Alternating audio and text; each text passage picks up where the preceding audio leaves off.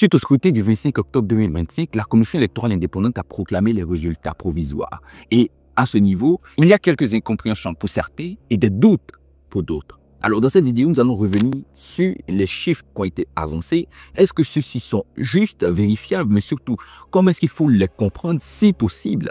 Dans cette vidéo, on reviendra là-dessus. S'il y a des erreurs de la Commission électorale indépendante, on sera sans langue de bois. Après le scrutin du 25 octobre, la Commission électorale indépendante, qui est la commission chargée de l'élection présidentielle et de toute élection en Côte d'Ivoire, est censée produire les résultats provisoires, non pas les résultats définitifs, les résultats provisoires. Ce sont des résultats qui peuvent être changés à n'importe quel moment, mais tout ça par le canal du Conseil constitutionnel. Mais la Commission électorale indépendante a proclamé ces résultats provisoires et l'on a pu observer certaines incompréhensions, certains doutes au niveau des populations.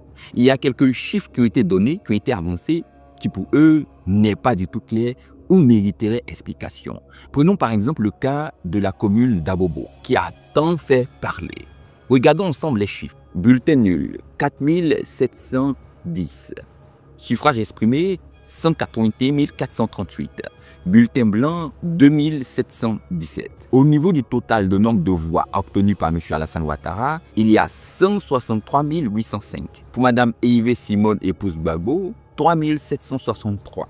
Mme Lagou Adjoa Henriette, 1316. M. Bion Jean-Louis Eugène, 6251. Et M. Domelo Séné Awa Jacob, 3586. Maintenant que nous avons ces chiffres-là, nous allons essayer une chose, les totaliser et voir si la réalité ils correspondent aux chiffres, au nombre qu'il faudrait obtenir. Lorsqu'on rapporte cela au niveau du suffrage exprimé, qui est de 181 438. Prenons donc la calculatrice, 163 805 plus 3763 plus 1316 plus 6251 plus 3586. Le total, 178 721. Le problème, nous avons 178 721 voix et on peut constater qu'au niveau du suffrage exprimé, nous avons 181 000. Ça ne passe pas du tout. Les chiffres ne sont pas équivalents, juste. C'est pourquoi, dans le calcul, et c'est là que beaucoup ne comprennent pas, faut ajouter la somme, ou du moins le chiffre au niveau du nombre de bulletins blancs.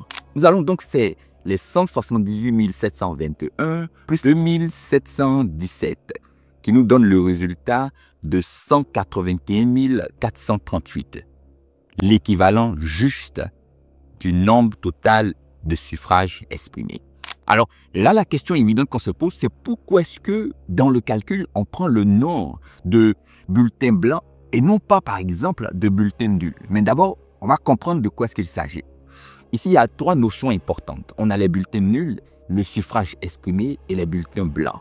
Lorsqu'on prend d'abord le suffrage exprimé, il faut comprendre que c'est l'ensemble des voix valides qui ont été signifiées pendant cette élection-là dans une localité donnée. Ici, on parle de la commune d'Abobo.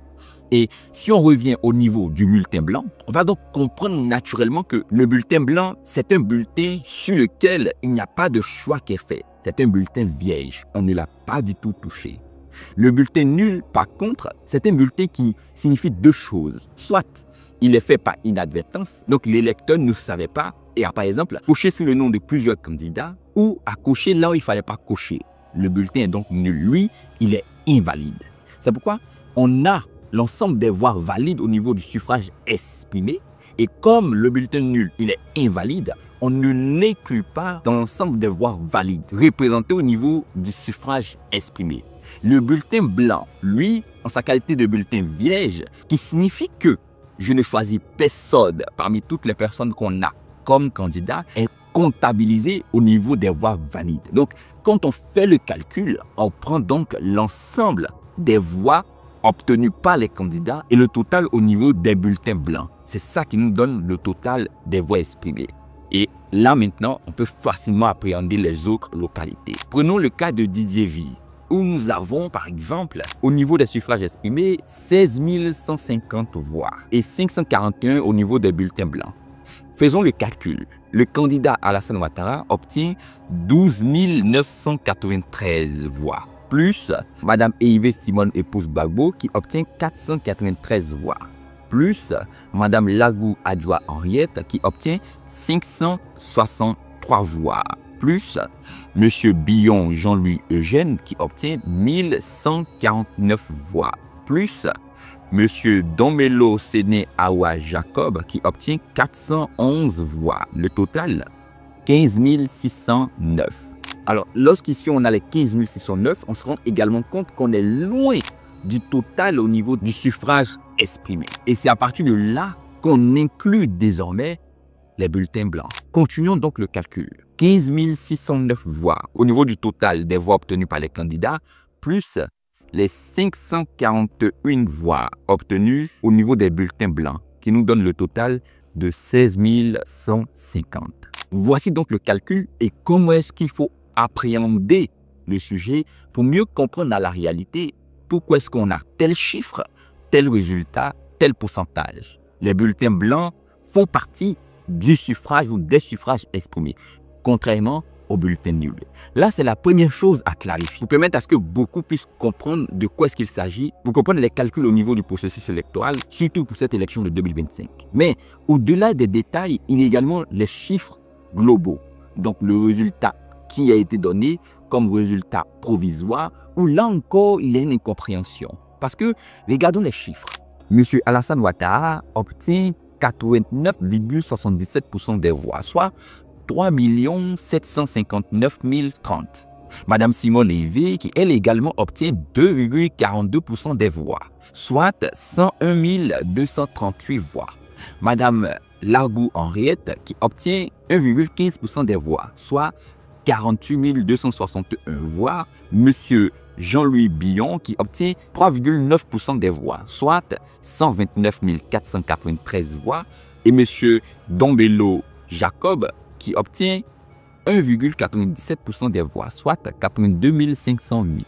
Alors, lorsqu'on fait le total, on obtient le chiffre de 4 120 530 voix.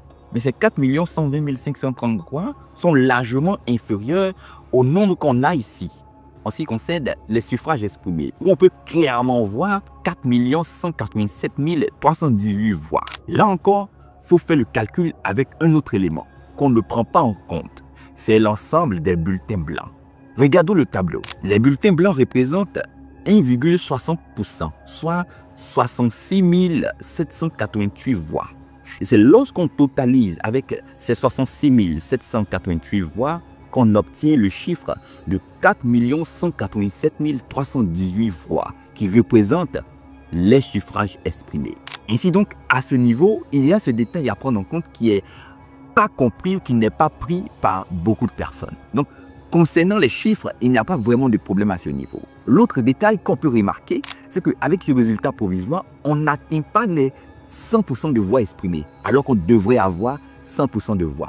Voici ce qu'on ne comprend pas aussi à ce niveau, c'est que l'ensemble des voix ont été émaillées, entachées, par ce qu'on appelle les bulletins nuls. Donc si on avait 10 électeurs et qu'on a 3 bulletins nuls, on n'est plus à même d'atteindre les 100% de voix pour les candidats, parce que certains bulletins ne seront plus pris en compte. Et calculant avec ce qu'on a, les bulletins valides, donc voix clairement estimées ou bulletins blancs, on ne peut avoir les 100%.